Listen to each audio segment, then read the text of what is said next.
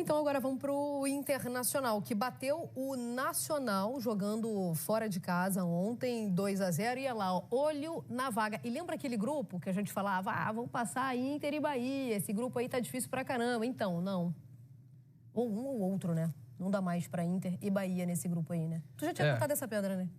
Eu achei que tava com muita cara de Inter e Bahia. Mas os jogos são duros. Os dois iam visitar o Atlético Nacional, né?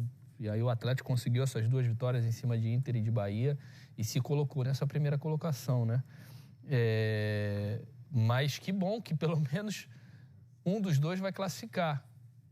Eu acho que a chance também do Nacional, ele só chega a 7 pontos.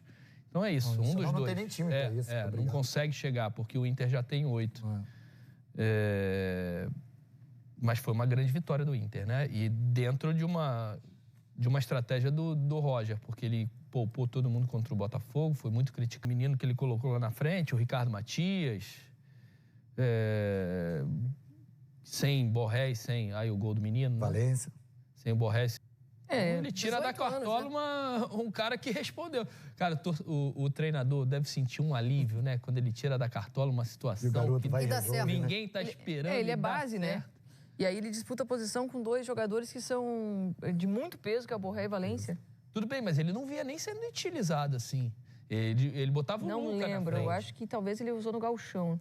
Só no gauchão, porque tudo bem, mas mesmo assim... Não vinha utilizando. Não vinha tempo que não usou. Do nada ele apareceu. Do nada apareceu com o Ricardo. Do nada pra gente, né? Eu já vou falar sobre ele pra vocês, mas ele só me aparecia na corrida quando... Especialmente ele perdeu os 2, né? O Borré e o Valência. Falava-se muito em Ricardo Matias, mas eu confesso que também não sabia quem era. E Luca. Então, era Luca à frente. Mas pro Roger Machado, né, foi importante, porque como o Roger aqui, nosso Roger Flores, disse, né? Você bota um garoto desse num jogo tão importante, porque pro Internacional isso aí era uma final. Era uma final para ele decidir depois, né, a sua classificação. Agora, mais que a final, para mim, eu acho que o mais importante foi pro Roger Machado. Eu ia falar, Paulinho. Porque a pressão e a cobrança que já tá tendo em cima dele, e assim, até exacerbada, né, por alguns setores, não ao céu quando estava também como estava antes, não ao inferno como estava agora.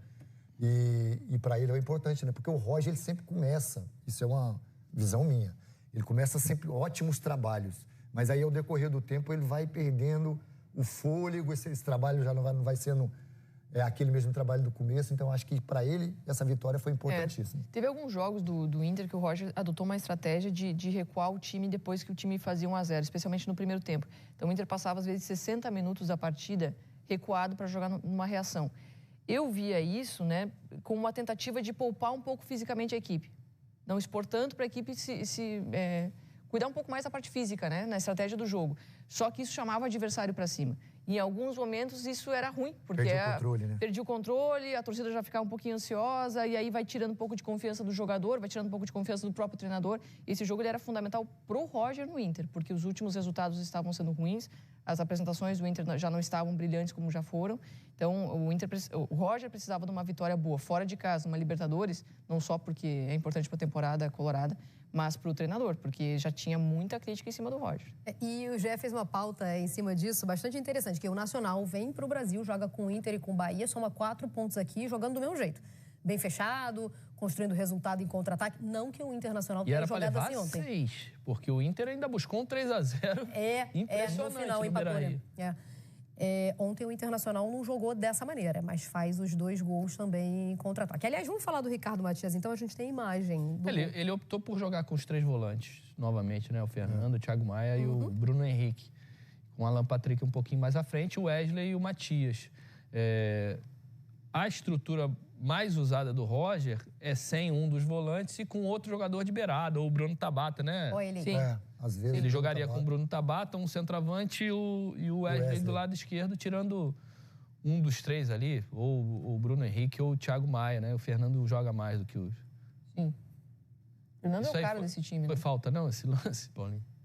Eu achei um pouquinho. Um pouquinho de nada, né? Uma coisinha assim. Foi falta, mas aí já era que no bom final que não também. deu. Isso já era no final também, já não ia dar nada.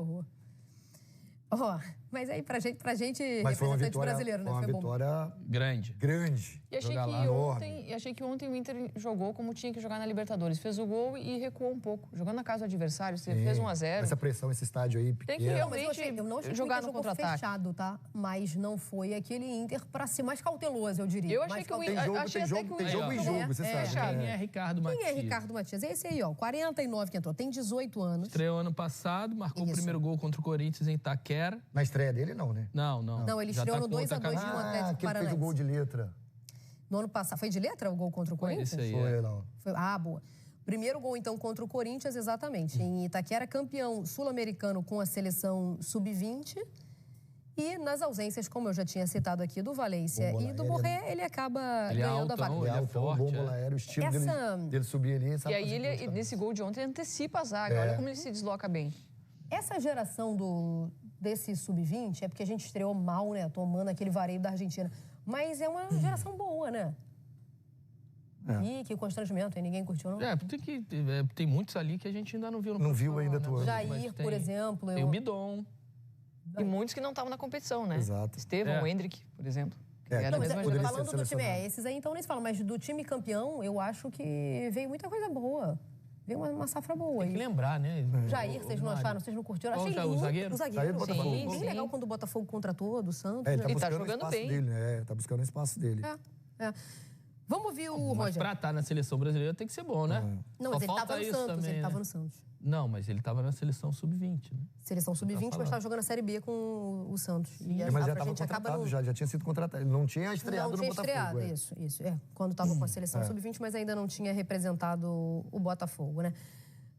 A gente falou do Roger aqui em alguns momentos, no Seleção Não Hoje, mas quando ele também apareceu em algumas discussões por causa da seleção brasileira e do comando. E não sei se por isso ontem ele pediu para que todo mundo refletisse um pouquinho sobre as críticas que vêm recaindo sobre o trabalho dele. Então vamos ouvir. A questão toda, por vezes que eu me surpreendo, né, é justamente nesses momentos de instabilidade, né, o ambiente externo, né, buscar logo como solução a troca do treinador, né, e trabalhar a pressão de fora para dentro. Nosso ambiente dentro nunca foi de questionamento do trabalho, né, e nunca foi de falta de confiança no trabalho. Pelo contrário, de novo, novamente, assim como com os jogadores, todo o trabalho, né, da nossa direção é blindar esse tipo de comentário, né, que tu fez no último jogo, né, questionando da possibilidade da gente conseguir ter confiança de retornar às vitórias, né? As instabilidades vão acontecer, né? E hoje a gente volta a vencer depois de 3 jogos de derrota, 3 jogos sem vencer, e olha a turbulência externa que foi criada, né? Eu acho que dá também para refletir um pouquinho, né, de como a gente aborda determinados assuntos, né, para também não, né, a gente reclama muito do futebol brasileiro, né, que na minha opinião pode ser a melhor liga do mundo, mas também a gente precisa elevar o nível da discussão que vem de fora. É a segunda vez que esse tema aparece nessa semana, que é o imediatismo, né? Porque o desabafo do Roger passa muito por isso, né? No caso do Abel Ferreira, ele usa especialmente para falar dos jovens do time. No caso do Roger, sobre as avaliações sobre o trabalho dele. Mas aí não é exclusividade do Roger, é muito comum, né? O time começa a oscilar, e isso é absolutamente normal. Mas, Mari... Eu ia dar o exemplo aqui do Real Madrid, mas nem é o melhor exemplo, porque o treinador também foi embora. Mas já estava previsto. Mas nem... Deixa eu falar... Começa a falar da cabeça do cara, Paulo. Pois é, mas deixa eu te falar uma coisa. Nem pro lado negativo e também tão pouco pro lado positivo. Porque você assim, achou exagero cotar ele à seleção? Para falar, então, eu acho que foi um exagero também de muita gente. Isso é uma opinião minha. E olha que eu gosto muito do Roger, mas ainda assim, você falar do Roger, a Roger tem que ir para a seleção brasileira, eu acho que já também é um exagero. Também eu acho. acho que é um trabalho muito curto, onde ele não teve, como a Jéssica já citou antes, ele não teve uma sequência de títulos, de conquista, de trabalho de muito tempo para ser lembrado pela seleção brasileira. Porque hoje se fala muito isso, né? O jogador faz 2, 3 jogos, bota ele na seleção brasileira. O treinador apareceu 5 jogos, tem que ir para a seleção brasileira. Cara, a seleção brasileira virou um palco para todo mundo. Mas eu acho que também, aí nesse caso, especificamente falando sobre a seleção brasileira, tinha o ingrediente desespero, né? Porque a gente não via ninguém. Então veio o Felipe Luiz, parece que é o Salvador. Veio o Roy, também pode ser o Salvador. Pois é, mas não pode ser então. Mas a gente é imediatista, de forma geral. Exato, dos dois sentidos. Tanto pro lado positivo quanto pro negativo. E assim, acho que a crítica ela faz parte da vida do treinador, especialmente quando a equipe oscila. Ainda mais num time do tamanho do Inter. A gestão, exato. A gestão ela tem que ter a consciência de eu acredito no trabalho que esse treinador está fazendo e eu vou dar continuidade. A gestão, sim. Mas é óbvio que torcedor ou imprensa vai criticar quando o time deixa de produzir. Isso é do dia a dia do futebol e a gente tem jogos a cada 3 dias, então a repercussão ela é muito grande. Não dá tempo nem de você comemorar a vitória e não dá para ficar... de processar o jogo. E o Roger tem que aprender a lidar com isso. É por isso que um treinador ele é tão bem remunerado e ele é o líder de uma equipe tão grande como o Internacional, porque nunca ninguém vai olhar o Inter jogando mal e vai achar que tá tudo bem. Claro, se a gestão acompanha o trabalho do Roger, ele vê que lá tem um trabalho muito bem feito, que tem explicação para esse rendimento não estar acontecendo, que não é de responsabilidade do Roger, não é culpa do Roger, ok, então dá continuidade para esse treinador. Agora, ele vai sentar na cadeira para dar uma coletiva, as pessoas vão perguntar e vão criticar, isso faz parte. E tem que perguntar. Eu acho que a crítica, ou melhor, a insatisfação dele está nas críticas mais exageradas. É hora de trocar o treinador do Inter, é hora de... Eu acho que também não estamos falando desse cenário, né? Estamos isso falando sempre do cara que tem. tá oscilando. E tem um novo fenômeno que os treinadores estão enfrentando, que é o torcedor que também pergunta, né? O influencer, que vai lá e pergunta. E ele coloca, às vezes, a paixão e, às vezes, realmente destoa da linha. Às vezes, a crítica é demais, porque ele está colocando o coração dele ali na hora de perguntar ou de criticar. E que é jogar o que sabe que vai engajar, né? Também tem isso, né? Quando a gente quer, só rapidinho, mas aí quando a gente quer falar sobre o torcedor, né? Que normalmente, o torcedor não pode isso, não pode aquilo. A gente tem que lembrar que o torcedor do Inter não ganha um título há quanto tempo? Você imagina o que passa na cabeça. Não estou falando de estadual, não. Estou falando de título relevante. Então, essa pressão, ela vai ter, sempre.